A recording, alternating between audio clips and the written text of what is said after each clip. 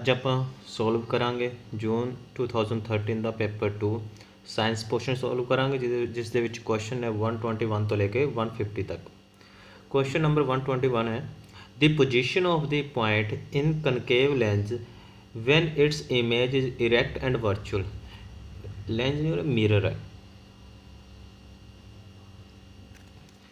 ਇਸ ਇਰੈਕਟ and virtual image ਉਦੋਂ ਹੀ ਬਣਦੀ ਹੈ ਜਦੋਂ ਪੁਆਇੰਟ ਆਪਣਾ ਪੀ ਪੋਲ ਐਂਡ ਫੋਕਸ ਦੇ ਵਿਚਾਲੇ ਹੁੰਦਾ। ਬਾਕੀ ਸਾਰਿਆਂ ਦੇ ਵਿੱਚ ਜਿਹੜੀ ਇਮੇਜ ਬਣਦੀ ਆ ਉਹ ਸਾਰੀ ਕੀ ਬਣਦੀ ਹੈ, ਰੀਅਲ ਐਂਡ ਇਨਵਰਟਡ ਬਣਦੀ ਆ। ਠੀਕ ਹੈ ਜੀ। ਨੈਕਸਟ ਹੈ 122 which of the following is not true for the sound wave. ਕਿਹੜਾ ਸਾਊਂਡ ਵੇਵ ਵਾਸਤੇ ਟਰੂ ਨਹੀਂ ਹੈ। Sound travel faster in water than vacuum, बिल्कुल ट्रू है जी है। High frequency of vibration increase the sound very much, ये भी बिल्कुल ट्रू है जी। Low frequency of vibration increase the sound very much, नहीं ये नहीं हो सकता, इस करके ए वाली ऑप्शन नॉट ट्रू है, तो अपनी ये ऑप्शन टिक हो जूगी। Light travel faster than sound, ये भी ट्रू है जी। नेक्स्ट है 123 what will be the consumption of the electricity in the month of June of a bulb of 100 watt burn for the 8 hour and 3 tubes of 40 watt burn for 6 hour daily। देखो first अपने लवे हैगे ने एक bulb जो 100 वाट का वो 8 घंटे चलता है, तो उस दे लिए देखो वो फॉर बल्ब वास्ते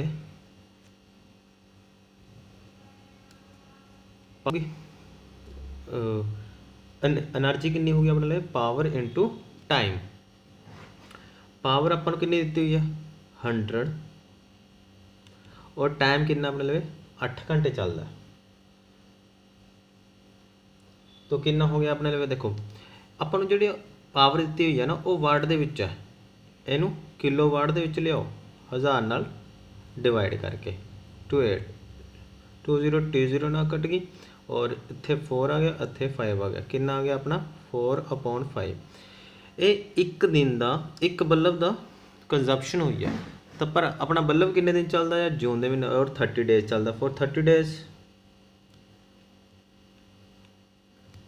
तो कितना हो जाओ 4/5 इंटू 30, 5 1 5 5 6 30 24 आ जाओ अपना, ठीक है ना, किलो वाट आवर।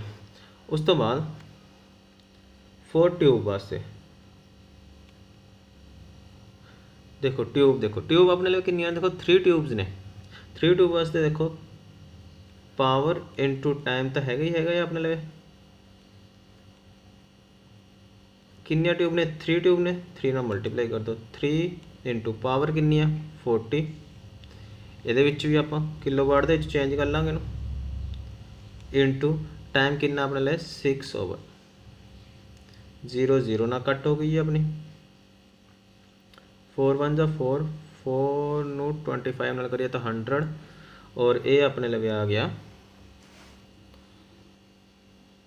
18/25, ये आ गया एक दिन का 3 ट्यूब्स का फॉर 30 डेज वास्ते।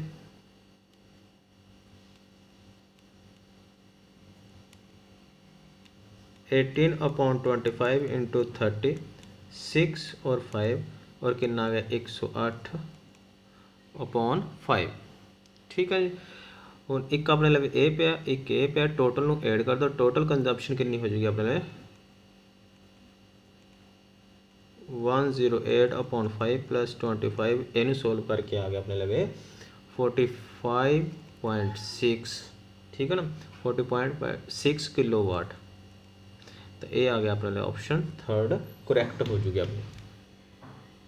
नैक्सट देखो which fact is not true for the force. Force वास्ते इन्हों विचों केड़ा ट्रू नहीं है। Force is necessary for a body to be external in motion. External motion के लिए फोर्स नैसेसरी है, ठीक है ना, ये ट्रू नहीं है। एक्सटर्नल और इंटरनल दोनों वास्ते होंगी है। External force can be applied on the body from a distance, हाँ डिस्टेंस तो अप्लाई की जा सकती है, तो true through magnet. If external force on a body is 0 then the momentum will be 0, ये भी ट्रू है जी। Force is necessary to oppose friction in case of uniform motion. ਹਾਂ, ਆਪਾਂ ਨੂੰ ਪਤਾ ਹੀ ਜਦੋਂ ਆਪਾਂ ਐਕਸਟਰਨਲ ਫੋਰਸ ਜਾਂ ਫੋਰਸ ਲਗਾਉਂਦੇ ਹਾਂ ਤਦ ਹੀ ਫ੍ਰਿਕਸ਼ਨ ਐਕਸ਼ਨ ਦੇ ਵਿੱਚ ਆਉਂਦੀ ਹੈ। ਅਦਰਵਾਈਜ਼ ਉਹ ਜਦੋਂ ਐਕਸਟਰਨਲ ਫੋਰਸ ਜ਼ੀਰੋ ਆ ਤਾਂ ਆਪਣੀ ਫ੍ਰਿਕਸ਼ਨ ਵੀ ਜ਼ੀਰੋ ਹੀ ਹੋਊਗੀ। ਨੈਕਸਟ ਦੇਖੋ ਜੀ question number 125, quantity of which gas is more in air. Air ਦੇ ਵਿੱਚ ਸਭ ਤੋਂ ਜ਼ਿਆਦਾ ਕੁਆਂਟਿਟੀ ਕਿਹੜੀ ਗੈਸ ਦੀ ਹੁੰਦੀ ਹੈ? ਤਾਂ ਆਪਾਂ ਨੂੰ ਪਤਾ ਕਿ ਨਾਈਟ੍ਰੋਜਨ ਗੈਸ ਦੀ ਹੁੰਦੀ ਹੈ, ਔਰ ਨਾਈਟ੍ਰੋਜਨ ਗੈਸ ਹਵਾ ਐਟਮੋਸਫੀਅਰ ਦੇ ਵਿੱਚ 78% ਹੁੰਦੀ ਹੈ, ਔਰ ਆਕਸੀਜਨ 21% ਹੁੰਦੀ ਹੈ, ਔਰ ਬਾਕੀ ਸਾਰੀਆਂ ਗੈਸਿਸ ਆਪਾਂ ਨੂੰ ਮਿਲਾ ਕੇ 0.04% ਦੇ ਕਰੀਬ ਬਣਦੀਆਂ ਨੇ। ਇਸ ਕਰਕੇ ਸਭ ਤੋਂ ਜ਼ਿਆਦਾ ਜਿਹੜੀ ਕੁਆਂਟਿਟੀ ਹੁੰਦੀ ਹੈ ਏਅਰ ਦੇ ਵਿੱਚ ਉਹ ਹੁੰਦੀ ਹੈ ਨਾਈਟ੍ਰੋਜਨ ਦੀ। Question number 126, which of the following is common identification of shooting star. ਜਿਹੜਾ ਸ਼ੂਟਿੰਗ ਸਟਾਰ ਆ ਇਹਨਾਂ ਵਿੱਚੋਂ ਕਿਹੜਾ ਆ? ਉਹ ਹੈਗਾ ਜੀ ਮੈਟੀਓਰਸ। ਮੈਟੀਓਰਸ ਸ਼ੂਟਿੰਗ ਸਟਾਰ ਆ, ਔਰ ਇਹ ਕਾਹਦਾ ਬਣਿਆ ਹੁੰਦਾ? ਰੌਕਸ ਪਲੱਸ ਡਸਟ ਦਾ ਮਿਲ ਕੇ ਬਣਦਾ ਹੈ, ਠੀਕ ਹੈ ਨਾ। ਔਰ ਇਹ ਬਰਨ ਕਰਦਾ ਇਨ ਐਟਮੋਸਫੀਅਰ, ਵੀ ਐਟਮੋਸਫੀਅਰ ਦੇ ਵਿੱਚ ਇਹ ਬਰਨ ਕਰਦਾ ਹੈ। ਜਦੋਂ ਇਹ ਆਪਾਂ ਨੂੰ ਪਤਾ ਜਦੋਂ ਟੁੱਟਦਾ ਤਾਰਾ ਆਪਾਂ ਜਿਹਨੂੰ ਕਹਿੰਦੇ ਹਾਂ, ਤਾਂ ਉਹ ਜਦੋਂ ਐਟਮੋਸਫੀਅਰ ਦੇ ਵਿੱਚ ਨੀਚੇ ਆ ਰਿਹਾ ਹੁੰਦਾ ਤਾਂ ਹਵਾ ਦੀ ਫ੍ਰਿਕਸ਼ਨ ਦੇ ਕਾਰਨ ਉਹ ਕੀ ਕਰਦਾ? ਬਰਨ ਕਰਦਾ, ਔਰ ਐਟਮੋਸਫੀਅਰ ਦੇ ਵਿੱਚ ਹੀ ਉਹ ਖਤਮ ਹੋ ਜਾਂਦਾ। ਉਸ ਤੋਂ ਬਾਅਦ ਵੀਨਸ ਆ। ਵੀਨਸ ਨੂੰ ਆਪਾਂ ਈਵਨਿੰਗ ਸਟਾਰ ਵੀ ਕਹਿੰਦੇ ਹਾਂ ਜੀ।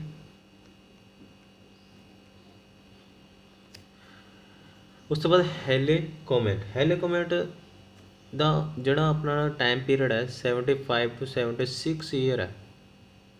ਇਹ ਆਪਾਂ ਨੂੰ ਲਾਸਟ ਟਾਈਮ 1986 ਦੇ ਵਿੱਚ ਦੇਖਿਆ ਸੀ। ਔਰ ਉਸ ਤੋਂ ਬਾਅਦ ਪੋਲ ਸਟਾਰ ਹੈ ਜੀ। ਪੋਲ ਸਟਾਰ ਨੂੰ ਨੌਰਥ ਸਟਾਰ ਵੀ ਕਿਹਾ ਜਾਂਦਾ। ਉਸ ਤੋਂ ਬਾਅਦ question number 127, rains bring acid with it which we called as acid rain. ਠੀਕ ਹੈ ਨਾ। ਰੇਨਸ ਆਪਦੇ ਨਾਲ ਐਸਿਡ ਲੈ ਕੇ ਆਉਂਦੇ ਜਿਹਨੂੰ ਆਪਾਂ ਕੀ ਕਹਿੰਦੇ ਹਾਂ? ਐਸਿਡ ਰੇਨ ਕਹਿੰਦੇ ਹਾਂ। ਓਕਰਸ ਡਿਊ to the which of the oxide of which element. ਇਹਨਾਂ ਵਿੱਚੋਂ ਕਿਹਦੇ ਕਰਕੇ ਆਪਾਂ ਰੇਨ ਨੂੰ ਐਸਿਡ ਰੇਨ ਕਰਕੇ, ਕਿਹਨਾਂ ਕਾਰਨਾਂ ਕਰਕੇ ਐਸਿਡ ਰੇਨ ਹੁੰਦੀ ਹੈ? ਉਹ ਹੁੰਦੀ ਹੈ ਜੀ ਨਾਈਟ੍ਰੋਜਨ ਅਤੇ ਸਲਫਰ। ਸਲਫਰ ਡਾਈਆਕਸਾਈਡ ਹੁੰਦੀ ਹੈ ਜੀ, ਔਰ ਸੈਕਿੰਡ ਹੁੰਦੀ ਹੈ ਨਾਈਟ੍ਰੋਜਨ ਆਕਸਾਈਡ।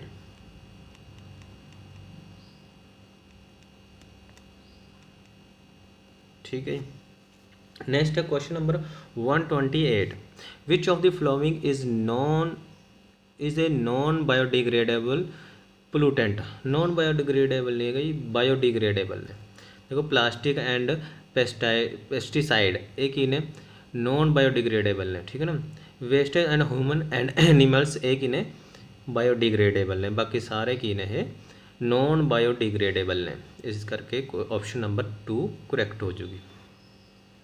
नेक्स्ट देखो जी 129, which of the following is not a characteristic of the good method to prepare a fuel. इन्हां विचों किहड़ा मैथड चंगा नहीं है? तो देखो a fuel should have low cost, ये तो सही है, लो कॉस्ट होनी चाहिए, एंड लो क्लैरिफिक वैल्यू, नहीं लो नहीं होनी। The ignition temperature of the fuel should be, full नहीं है फ्यूल है, और should be more than room temperature. The level of the, ये सारे ट्रू ने जी है। The level of the sublimation of fuel should be less than room temperature. Sublimation की होंदा जी जो solid gas डायरैक्टली चेंज हो जाता गैस दे विच, तो उस टाइम की होंदी है सबलीमेशन होंदी है। उस तो बाद residue left after the bring should be minimum, ठीक है ना। ये जरूर ये भी ट्रू है जी, मिनीमम होनी चाहिए वो। तो आ वाला की है a fuel should have low cost and low calorific value, ठीक है ना। इस करके यही अपना की है इनकरैक्ट है, इस करके करैक्ट हो जाऊगा। उस तो बाद 130 क्वेश्चन देखो जी, beta ketone was develop because of, किहदे करके बीटा कीटोन जिहड़ा आ ओह डिवेल्प हुंदा आ? वो हैगा जी अपने लिए ऑप्शन नंबर 1 पेस्ट रिपेलेंट, ठीक है जी। ਨੈਕਸਟ ਹੈ ਕੁਐਸਚਨ ਨੰਬਰ 131। ਕੁਐਸਚਨ ਨੰਬਰ 131 ਦੇ ਵਿੱਚ ਦੇਖੋ ਜੀ,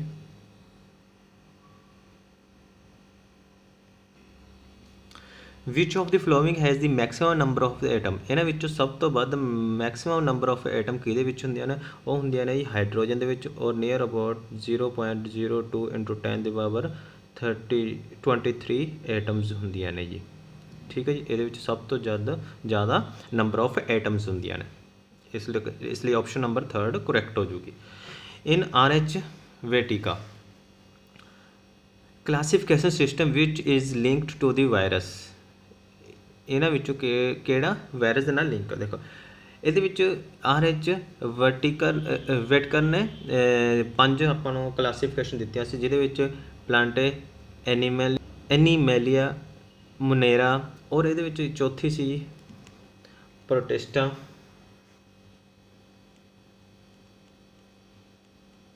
ਔਰ ਪੰਜਵੀਂ ਸੀ ਜੀ ਫੰਗੀ। ਇਸ ਤੋਂ ਇਲਾਵਾ virus is not include in this system, ਇਸ ਕਰਕੇ ਆਪਸ਼ਨ ਨੰਬਰ 4 ਆਪਣੀ ਟਿਕ ਹੋ ਜੂਗੀ। ਉਸ ਤੋਂ ਬਾਅਦ question number 133, fruit is a ripened which is a correct fruit according to the definition. ਇਹਦੇ ਵਿੱਚ ਕੀ ਹੈ? ਆਪਸ਼ਨ ਨੰਬਰ 3 ਕਰੈਕਟ ਹੋ ਜੀ, ਕੋਕੰਬਰ। ਦੇਖੋ ਇਹ ਕਿਉਂ ਆਪਸ਼ਨ ਹੋਈ ਆ? ਇੱਕ ਤਾਂ ਇਹ ਆਪਾਂ ਜਦੋਂ ਇਹ ਤਿਆਰ ਹੋ ਜਾਂਦੀ ਤਾਂ ਡਾਇਰੈਕਟ ਇਹਨੂੰ ਆਪਾਂ ਏਟ ਕਰ ਸਕਦੇ ਹਾਂ, ਔਰ ਇਹ ਫਲਾਵਰਸ ਤੋਂ ਤਿਆਰ ਹੁੰਦੀ ਹੈ, ਔਰ ਇਹ ਯੂਜ਼ਫੁੱਲ ਹੈ। ਠੀਕ ਹੈ ਨਾ, ਜਦੋਂ ਤਿਆਰ ਹੋ ਗਈ ਫਸਲ ਤਾਂ ਜਦੋਂ ਇਹ ਪੱਕ ਜਾਂਦਾ ਤਾਂ ਆਪਾਂ ਖਾਣ ਦੇ ਕਾਬਿਲ ਹੋ ਜਾਂਦਾ। ਠੀਕ ਹੈ ਨਾ, ਇਹ ਚੀਜ਼ਾਂ ਬਾਕੀ ਦੇ ਵਿੱਚ ਨਹੀਂ ਹੁੰਦੀਆਂ, ਇਸ ਕਰਕੇ ਇਹਨੂੰ ਕੀ ਕਿਹਾ? Fruit is a ripen. ਠੀਕ ਹੈ, ਆਪਸ਼ਨ ਨੰਬਰ 3 ਕਰੈਕਟ ਹੋ ਚੁੱਕੀ ਆਪਣੀ। ਨੈਕਸਟ ਦੇਖੋ ਜੀ, question number 134, the hardness of the water which is due to the dissolution of the calcium bicarbonate can be removed by the adding. ਕਿ ਇਹਨਾਂ ਵਿੱਚੋਂ ਕਿਹੜੀ ਚੀਜ਼ ਐਡ ਕਰਕੇ ਵਾਟਰ ਦੀ ਹਾਰਡਨੈਸ ਰਿਮੂਵ ਕੀਤੀ ਜਾ ਸਕਦੀ ਹੈ? ਉਹ ਹੈ ਜੀ ਕੈਲਸ਼ੀਅਮ ਆਕਸਾਈਡ। ਇਹਦੇ ਵਿੱਚ ਆਪਾਂ ਕੀ ਇਹਨੂੰ ਹੋਰ ਇਹਦਾ ਨਾਮ ਕੀ ਕਿਹਾ ਜਾਂਦਾ ਹੈ? ਸਲੇਕ ਲਾਈਮ।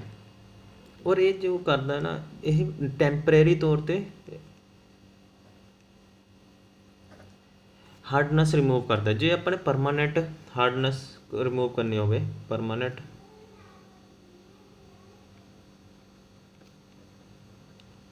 ਹਾਰਡਨੈਸ ਰਿਮੂਵ ਕਰਨੀ ਹੋਵੇ ਵਾਟਰ ਦੀ, ਰਿਮੂਵਡ ਬਾਈ, ਤਾਂ ਸੋਡੀਅਮ ਕਾਰਬੋਨੇਟ ਯੂਜ਼ ਕੀਤਾ ਹੁੰਦਾ। ਠੀਕ ਹੈ ਜੀ, ਸੋਡੀਅਮ ਕਾਰਬੋਨੇਟ ਦੇ ਨਾਲ ਪਰਮਾਨੈਂਟ ਹਾਰਡਨੈਸ ਰਿਮੂਵ ਕੀਤੀ ਜਾਂਦੀ ਹੈ, ਔਰ ਜਦੋਂ ਆਪਾਂ ਟੈਂਪਰੇਰੀ ਤੌਰ 'ਤੇ ਹਾਰਡਨੈਸ ਰਿਮੂਵ ਕਰਨੀ ਹੋਵੇ ਤਾਂ ਆਪਾਂ ਕੀ ਯੂਜ਼ ਕਰਦੇ ਹਾਂ? ਕੈਲਸ਼ੀਅਮ ਆਕਸਾਈਡ, ਔਰ ਇਹਦਾ ਦੂਸਰਾ ਨਾਮ ਕੀ ਹੈ? ਸਲੇਕਡ ਲਾਈਮ। ਠੀਕ ਹੈ ਨਾ। ਕੁਐਸਚਨ ਨੰਬਰ 135 ਹੈ, ਦੀ source of mineral in the soil. Soil ਦੇ ਜਿਹੜੇ ਸੋਰਸ ਹੁੰਦੇ ਨੇ ਉਹ ਕੀ ਹੁੰਦੇ ਨੇ? ਦੇਖੋ, ਦੀ old rocks from which the soil is ਫੋਰਮਡ। ਬਿਲਕੁਲ ਇਹੀ ਕਰੈਕਟ ਹੈ ਜੀ ਆਪਣੀ ਆਪਸ਼ਨ। ਪਲਾਂਟ, ਐਨੀਮਲਸ, ਇਹ ਬਾਅਦ ਦੇ ਚੀਜ਼ਾਂ ਨੇ। ਠੀਕ ਹੈ, ਮਾਈਕਰੋ ਆਰਗੈਨਿਜ਼ਮ, ਲੇਕਿਨ ਮੇਨ ਸੋਰਸ ਆਪਣਾ ਕੀ ਹੈ? ਉਹ old rocks from which the soil is ਫੋਰਮਡ।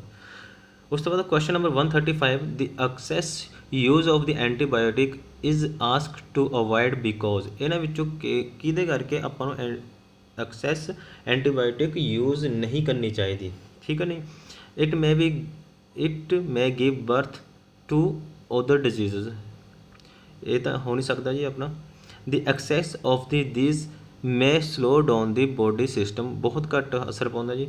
The power of the micro organism increase for which the antibiotic is taken. ਹਾਂ, ਇਹ ਪਾਵਰ ਇਨਕਰੀਜ਼ ਕਰਦਾ। ਜਦੋਂ ਨੈਕਸਟ ਟਾਈਮ ਆਪਾਂ ਨੂੰ ਡਿਜ਼ੀਜ਼ ਲੱਗਦੀ ਹੈ ਤਾਂ ਉਹਦੇ ਵਾਸਤੇ ਜ਼ਿਆਦਾ ਐਂਟੀਬਾਇਓਟਿਕ ਖਾਣੇ ਪੈਂਦੇ ਨੇ, ਔਰ ਫਿਰ ਉਹ ਨੁਕਸਾਨ ਦਾ ਕਾਰਨ ਬਣਦਾ ਜੀ। ਉਸ ਤੋਂ ਬਾਅਦ ਨੈਕਸਟ ਕੁਐਸਚਨ ਨੰਬਰ 137।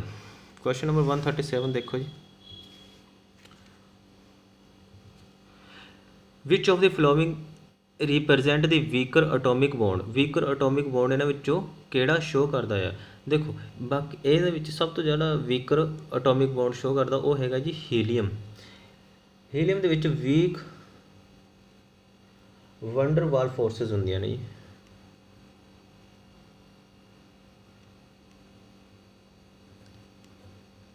ਫੋਰਸ ਹੁੰਦੀਆਂ ਨੇ, ਕਿਉਂਕਿ ਇਹ ਨੋਬਲ ਗੈਸਿਸ ਔਰ ਨੋਬਲ ਗੈਸਿਸ ਦੇ ਵਿੱਚ ਕਿਸੇ ਹੋਰ ਨਾਲ ਜਲਦੀ ਰਿਐਕਟ ਨਹੀਂ ਕਰਦਾ, ਇਸ ਕਰਕੇ ਇਹਦੇ ਵਿੱਚ ਵੀਕ ਵੰਡਰਵਾਲ ਫੋਰਸਿਸ ਹੁੰਦੀਆਂ ਨੇ, ਔਰ ਬਾਕੀ ਸਾਰਿਆਂ ਦੇ ਵਿੱਚ ਹਾਈਡਰੋਜਨ ਬੌਂਡਿੰਗ ਹੁੰਦੀ ਹੈ। हाइड्रोजन बॉन्डिंग होंदी है और स्ट्रोंग होंदी है हाइड्रोजन बॉन्डिंग, ठीक है ना। और हीलियम ਦੇ ਵਿੱਚ ਵੀਕ ਹੁੰਦੀ ਹੈ। Out of the following sweeter which one has the least value of the sweetness. देखो ये सब तो घट स्वीटनेस किहदी हुंदी है, देखो एलिटम की जिहड़ी हुंदी है 2000 टाइम ज़्यादा हुंदी है ਆਪਾਂ जे कंपेयर करिए शुगर कैन नाल, ठीक है ना। एक्सप्रैक्टम दे विच हुंदी है 180 और सैकरीन दे विच हुंदी है जी 300 टाइम ज़्यादा होंदी है जी किहदे नालों, शुगर कैन दे नालों। और सुक्रोज दे विच हुंदी है 650, ठीक है ना। तो सब तो घट किहदे विच होई एस्पैरटम दे विच, इस करके ये करैक्ट हो जूगी अपने ऑप्शन। उस तो बाद क्वेश्चन नंबर 139 दे विच देखो जी, the constituent in the upper layer of the soil. Upper layer of the soil दे विच की हुंदा जी अपने लवे, only humus and living organism हुंदे ने, only humus and soil particle होंगे ने, humus living organism and plants होंगे ने जी, humus living organism and soil particle ये होंगे ने, तीनों के तीनों सारे पाए जाते हैं।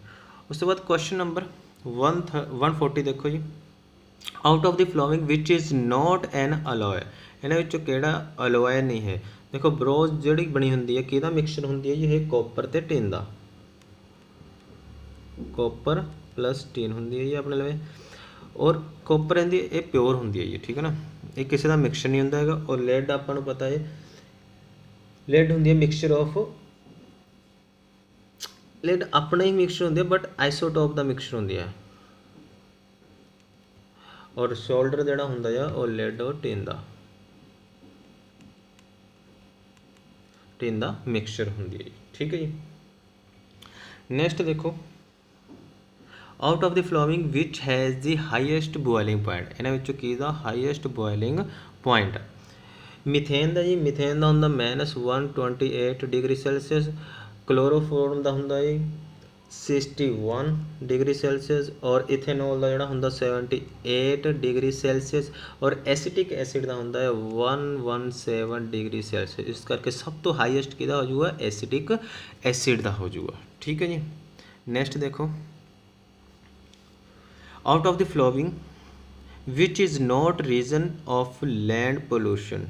लैंड पोल्यूशन इन्हां विचों किहड़ा कारण नहीं बनता। देखो डिफोरेस्टेशन नाल तां हुंदी है, इंडस्ट्रीलाइजेशन भी लैंड पोल्यूटेंट हुंदी है। उस तो बाद क्लोरोफॉर्म कार्बन, क्लोरोफॉर्म कार्बन नाल ही हुंदी क्योंकि इहदे नाल की हुंदी है, ओजोन लेयर खराब हुंदी है जी अपनी, लैंड दे उत्ते भी अन्ना असर पैंदा जी इहदा।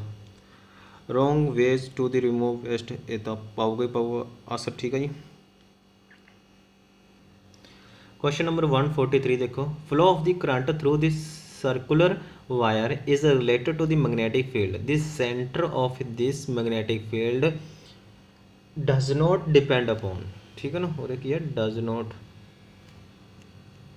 Does not depend upon on the strength of the current through the loop, बिल्कुल स्ट्रेंथ उत्ते डिपेंड करता जी। उसके बाद सैकेंड देखो, on the direction of the current through the loop, ये उत्ते डिपेंड नहीं करता जी, बाकी सारी चीज़ों उत्ते रेडियस के उत्ते भी डिपेंड करूगा वायर दे, और नंबर ऑफ टर्न्स के उत्ते भी डिपेंड करूगा। उसके बाद क्वेश्चन नंबर 144 देखो, which of the following is not effective to increase the human population and their activities. Human दी एक्टिविटीज़ और इस दी पॉपुलेशन ਦੇ ਉੱਤੇ ਕਿਹੜੀ ਚੀਜ਼ ਇਹਨਾਂ ਵਿੱਚੋਂ ਇਫੈਕਟ ਨਹੀਂ ਪਾਉਂਦੀ ਹੈਗੀ। Increase of the heat in the world, ਠੀਕ ਹੈ ਨਾ, ਇਹ ਤਾਂ ਇਫੈਕਟ ਪਾਉਂਦੀ ਹੈ ਜੀ। ਪੋਲੂਸ਼ਨ ਇਹ ਵੀ ਇਫੈਕਟ ਪਾਉਂਦੀ ਹੈ।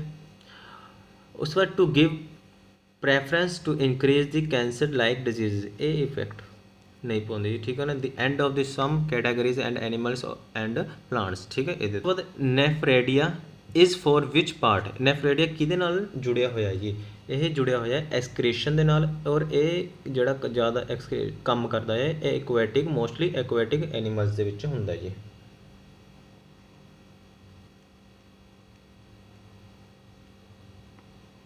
ਐਨੀਮਲਸ ਦੇ ਵਿੱਚ ਹੁੰਦਾ ਜੀ। ਉਸ ਤੋਂ ਬਾਅਦ ਨੈਕਸਟ ਦੇਖੋ ਜੀ, in the field of education, a pedagogy ਦੇ ਕੁਝ ਕੁਐਸਚਨ ਆ ਗਏ ਜੀ।